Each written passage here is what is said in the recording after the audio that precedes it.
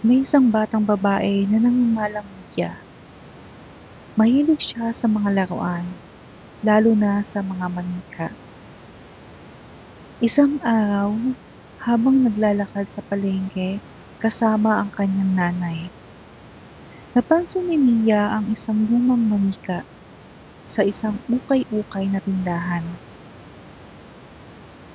Kahit na medyo maalikabok na ang manika at parang luma, naakit dito si Mia. Meron siyang kakaibang ganda ang mukha ng manika, pero may konting gasgas sa isang mata. "Dala na natin 'to, nanay," ani ni Mia. Hindi na napigilan ng nanay niyang bumili ng manika at dinala na ito sa bahay. Pagdating nila sa bahay, inilagay ni Mia ang manika sa kanyang kwarto sa tabi ng kanyang kama. Ngunit kinabukasan, nagulat si Mia nang makita niyang nasa ibang parte na ang manika. Hindi na ito nasa dating pwesto. Nangyari ito ng ilang beses. Minsan nakikita pa ni Mia ang manika na nakatitig sa kanya habang natutulog. Isang gabi, narinig ng pamilya ni Mia ang mga kakaibang tunog mula sa kanyang kwarto. Parang boses ng umiiyak na bata. Nang buksan nila ang pinto, wala naman tao, pero ang manika nakaharap sa pinto na parang nakatingin sa kanila. Nalaman nila mula sa isang matandang babae sa bayan na ang manikang iyon ay may sumpa. Ang orihinal na may-ari daw nito ay isang batang babae na namatay sa isang trahedya. At ang kanyang kaluluwa ay nananatili sa manika upang maghiganti. Sabi ng matanda, kung hindi mo ibabalik ang manika sa tamang lugar, sa lumang bahay kung saan ito unang natagpuan, magdudulot ito ng kapahamakan sa buong pamilya. Ngunit bago nila ito nagawa, nagsimulang magkasakit si Mia. Araw-araw, palala ng palala ang lagay niya. May mga pasa sa katawan na walang dahilan at halos hindi na siya makagalaw. Isang gabi, dumating si Mia sa punto na nagsimula siyang magsalita ng mga bagay na hindi niya maintindihan. Mga salita ng sumpa at galit. Sa tulong ng matandang babae, dinala nila ang manika pabalik sa lumang bahay nito. Nang mailagay nila ito sa lumang silid, nagkaroon sila ng katahimikan sa paligid. At unti-unting gumaling si Mia at nawala ang kakaibang pangyayari. Pagkatapos maibalik ang manika sa lumang bahay, may isang bagay na hindi inaasahan ang nangyari. Isang gabi, nagkaroon ng malakas na bagyo. Sa gitna ng malakas na ulan at kulog, may narinig na mga sigaw ang mga kapitbahay mula sa loob ng bahay. Lumabas na hindi lamang pala isang simpleng sumpa ang manika. Naglakad si Mia papuntang lumang bahay upang tignan kung ano ang nangyayari. Nang pumasok siya, nakita niya ang mga lumang laruan na parang gumagalaw ng pusa. At ang manika ay nakaupo sa isang upuan. Nakatingin sa kanya na may malupit na ngiti sa mukha. Nakaramdam si Mia ng lamig na hindi niya maipaliwanag. Tila ba may malamig na hangin na dumadaan sa katawan niya. At parang may mga mata na sumusunod sa bawat galaw niya.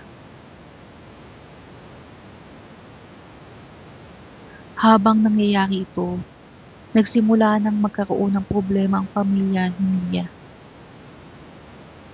Ang kanyang mga magulang ay nakaramdam ng matinding takot sa bahay. Minsan, may mga aninong dumadaan sa kanilang mga kwarto. Pati si Mia, hindi na makatulog ng maayos. Nanlalambot ang kanyang mga kamay at parang may mga kalmot na lumilitaw sa kanyang balat. At dahil dito, nagdesisyon ang pamilya ni Mia na hanapin ang nakaraan ng batang babae na orihinal na may-ari ng manika. Nalaman nila sa talaan ng simbahan na ang batang babae ay si Luningning. Isang batang mahirap na namuhay sa lumang baryo na iyon. Higit 50 taon na ang nakakaraan. Si Luningning ay pinagbintangan ng mga tao sa baryo bilang dahilan ng mga problema at sa kalaunan ay namatay ng misteryo. Sa kalaunan ay namatay ng misteryoso.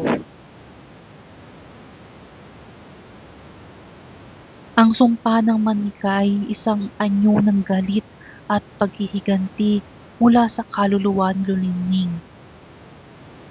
Ang manika ay parang sisidlan ng kanyang puot at hinahanap nito ang kanyang bagong biktima upang madala sa kanyang mundo.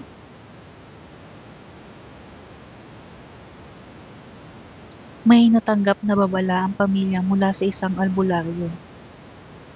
Kung hindi nila matutulungan si Luningning na makapagpahinga na mahimbing, hindi matatapos ang sumpa at maaaring makasama sila sa susunod na mga biktima.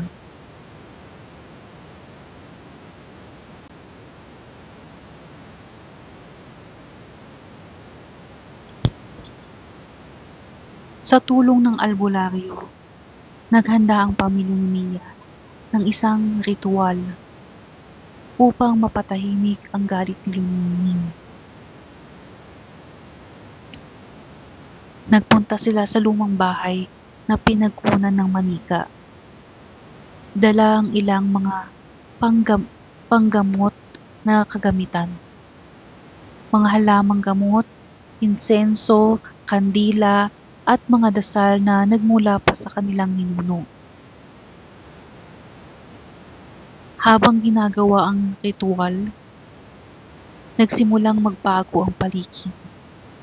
Lumakas ang hangin sa loob ng bahay, kumulog ng malakas at tila naririnig nila ang iyak at hagulkol ng isang batang babae.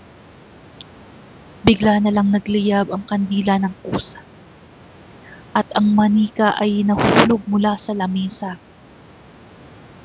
Nakita nila ang mga mata ng manika ay kumikislap na parang buhay.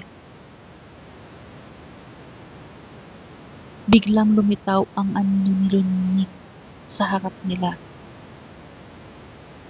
Hindi ito halatang masama, kundi puno ng lungkot at galit. Nagsimula siyang magsalita sa kanilang isipan. Nagsasabi ng mga pangungusap na puno ng kalungkutan, na gustong makalaya sa sumpa at makahanap ng kapayapaan. Nangako ang pamilya ni Mia na tutulungan nila si Luningning makahanap ng hustisya at kapayapaan. Sabi ng albularyo, kailangan nilang hanapin at ayusin ang mga dokumento at mga alaala na magpapatunay na inosente si Luningning sa mga paratang na iyon. Nagsimula ang pamilya ni Mia na kailang panibagong misyon, ang paglilinis ng pangalan ni Luningning. Habang ginagawa nila ito, unti-unti namang humupa ang mga kakaibang pangyayari.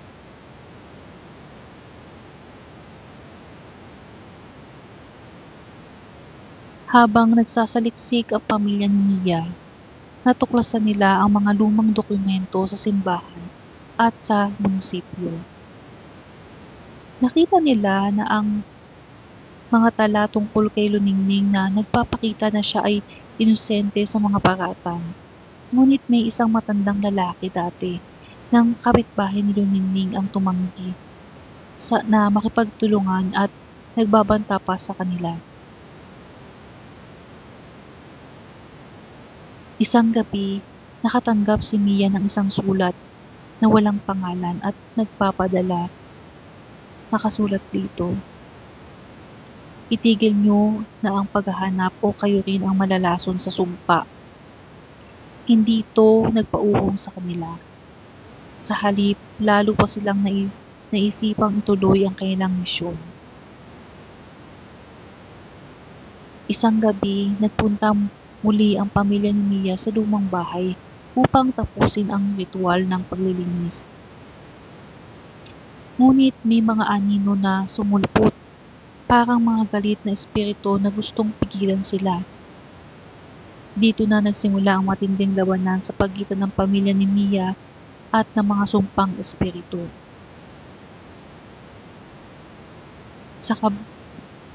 Sa kabila ng takot at panganib, hindi sumuko ang pamilya. Ginamit nilang kanilang lakas at pananalig upang tapusin ang ritual. At sa wakas, nakita nila ang liwanag na sumilip sa madilim na sulok ng bahay. Senyales na unti-unting napawi na ang sumpa.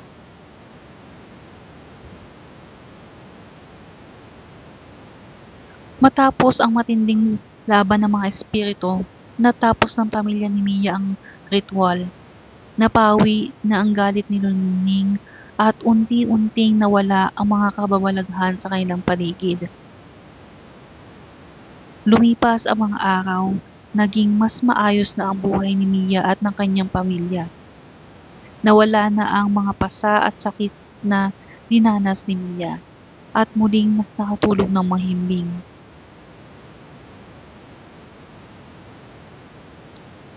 Ngunit bago tuluyang umalis ang espiritu ni Luningning, nag-iwan siya ng isang babala sa pamilya.